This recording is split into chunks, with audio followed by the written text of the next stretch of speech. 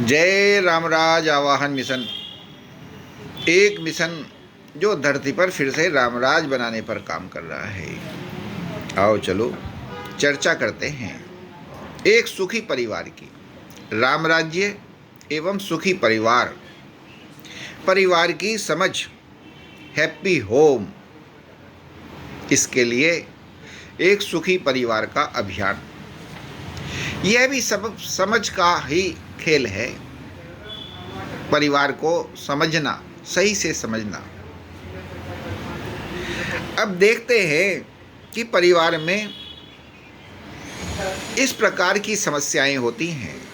जैसे पहली, अब पत्नी घर की मैनेजर होती है, मगर उसके साथ व्यवहार बंधुआ मजदूरों का सा या उससे भी बदतर व्यवहार होता है।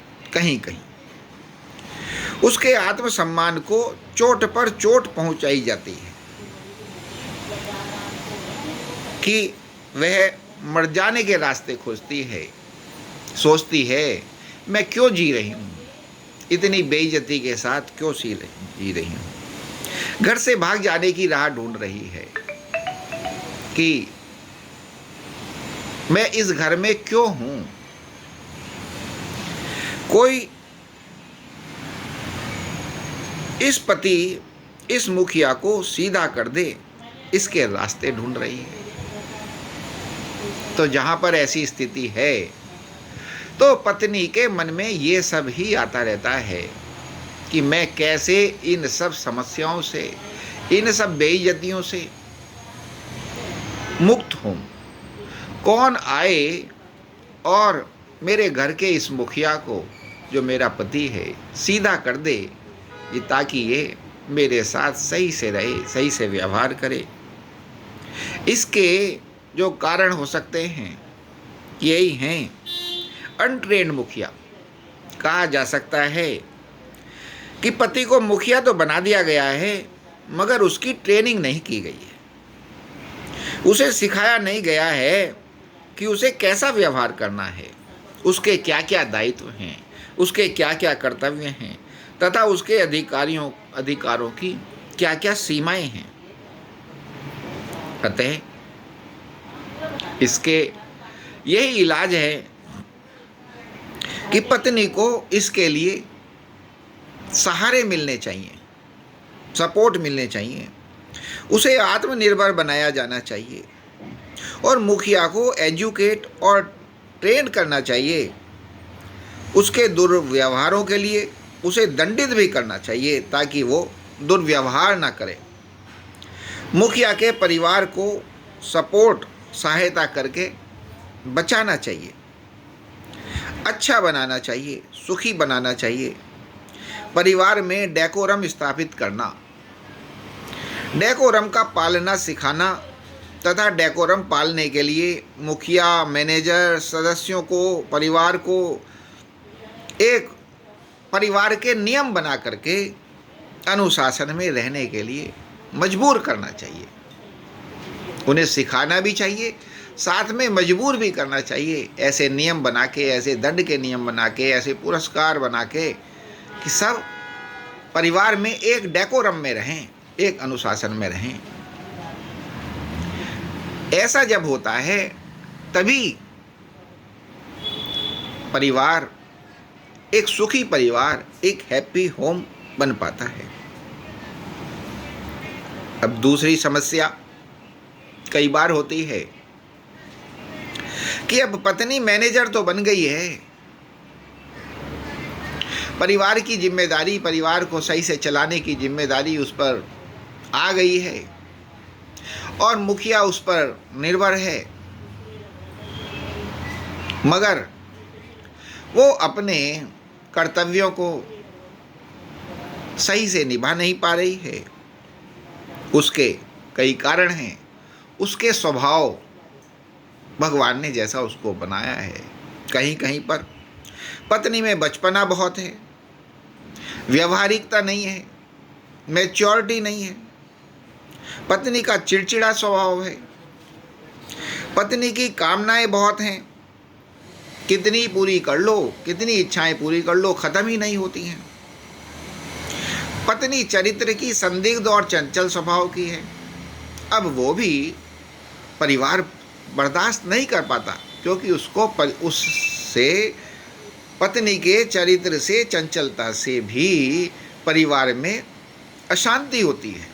यह बात सिर्फ पत्नी के लिए ही नहीं है, पति के लिए भी है, मगर ये भी एक है कि चरित्र में संदिग्धता, चंचलता, इससे भी परिवार में अशांति होती है। पत्नी को व्यवस्थित रहने की आदत नहीं है, सब कुछ बिखरा बिखरा रहता है। पत्नी में बड़ों की बेइज्जती करने की झिझक भी नहीं है।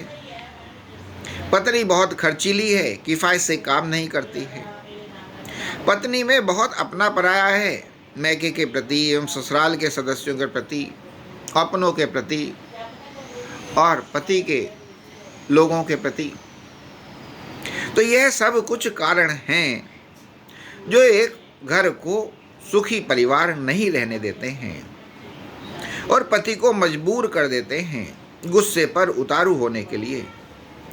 पति और मुखिया की ज़रूरत है कि सबको सही रखने के लिए, सब कुछ सुचारू रखने के लिए सदा शालीन तरीके से ही चीज़ों को करेक्ट करना आना चाहिए। अब वो उसे आता नहीं है, क्योंकि उसे इसकी कोई शिक्षा दीक्षा नहीं दी गई है। अतः अनजाने में, अज्ञानतावश सब कुछ उलट पुलट होता रहता है।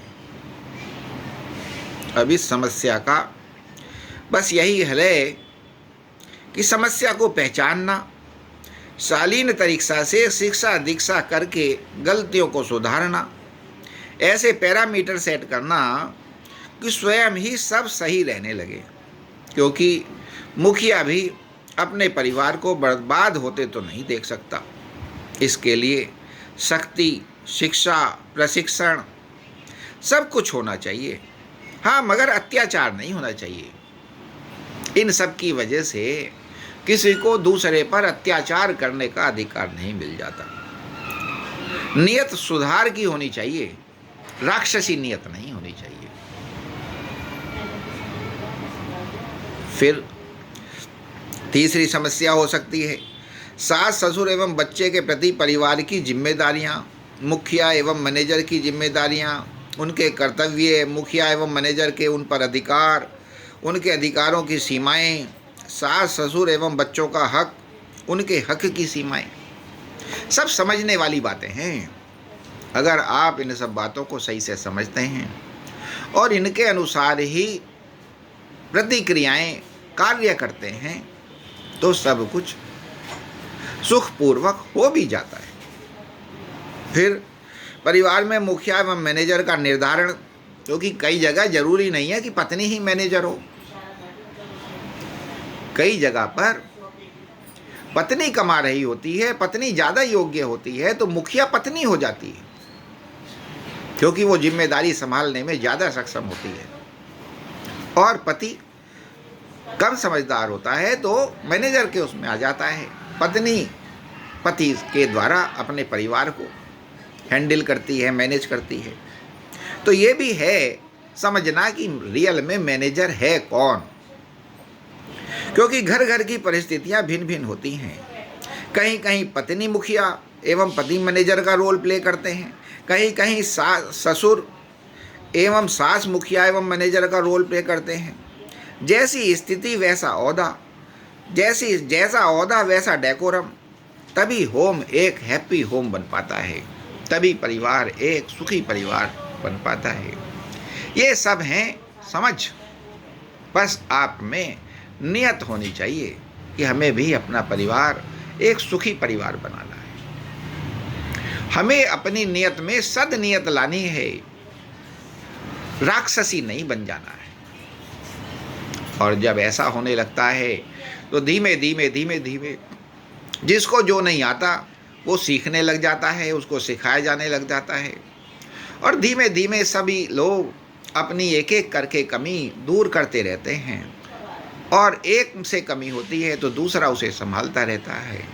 जब इस तरीके से सब मिलजुल के परिवार को संभालते हैं और परिवार की जिम्मेदारियों को निभाते हैं और परिवार में सुख शांतिपूर्ण व्यवहार रखते हैं, प्रेमपूर्ण व्यवहार रखते हैं तो वह परिवार सुखी परिवार हो ही जाता है।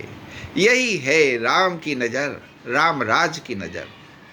जब इस नज़र से चला जाता है और फिर भगवान से भी प्रार्थना की जाती है कि हे प्रभु हमारी मदद कीजिए कि हम अपने मिशन में कामयाब हो सकें, हमारा जो घर है, हमारा जो परिवार है, एक राम राज जैसा सुखी परिवार हो सके।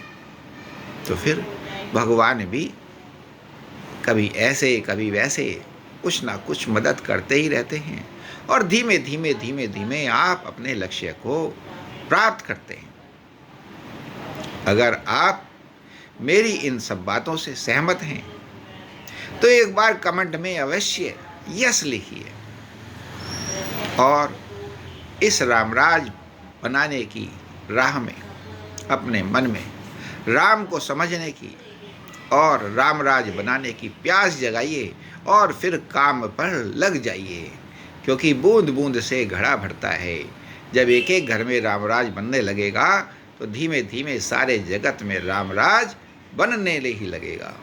जय श्री राम।